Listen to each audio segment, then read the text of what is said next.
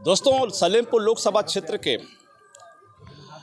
नेता योगेश्वर सिंह के माता पिता के आज स्मृति दिवस पर एक विशाल कार्यक्रम आयोजित है। हम इस समय उनके घर कुशौरा में हैं, जहां उनके बड़े भाई दिनेश्वर जी भी हैं। आज उनके माता पिता के इस प्रतिमा पर आज माल्यार्पण भी हो रहा है और गांव के ही नहीं, लोकसभा क्षेत्र के सभी विधानसभाओं से आज यहां लोग आए हैं। आज का दिवस स्मृति दिवस है। आज 27 नवंबर है और कार्तिक पूर्णिमा भी है। आज के अवसर पर आज इनके गांव में लोगों की भीड़ लगी है। सुबह से देखा जा रहा है कि माल्यार्पण का क्रम जारी है। आइए बात करते हैं दिनेश्वर जी से कि आज अपने माता पिता के स्मृति दिवस पर जो लोग आमंत्रित हैं और ये जो कितनी साल पुरानी ये परंपरा है जो निरंतर चली आ रही है, इस परंपरा को कैसे निभाया जा रहा है, इस परंपरा को लेकर आगे चल के क्या होगा, ये बात करते हैं दिनेश्वर सिंह जी से। नमस्कार।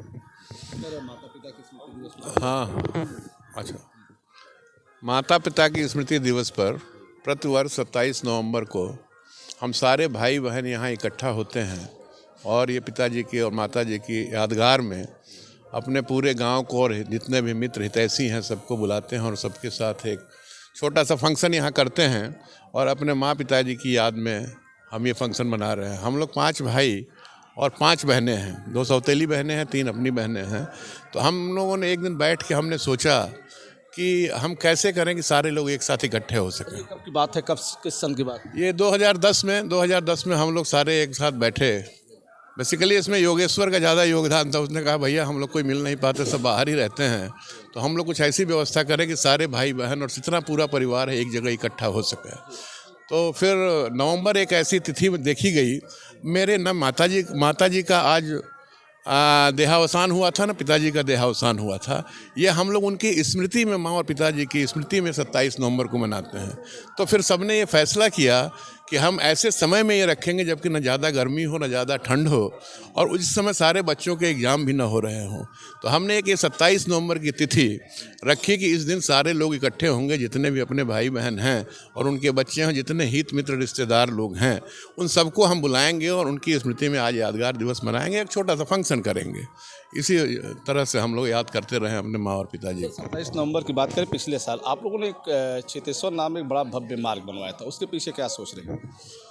उसके पीछे ये सोच थी कि पिताजी हमारे शिव भक्त थे और हम सारे भाइयों ने, छाता के पंडित जी हैं जो पहले प्रो वाइस चांसलर थे संस्कृत यूनिवर्सिटी के, वो मेरे पिताजी के गुरु थे।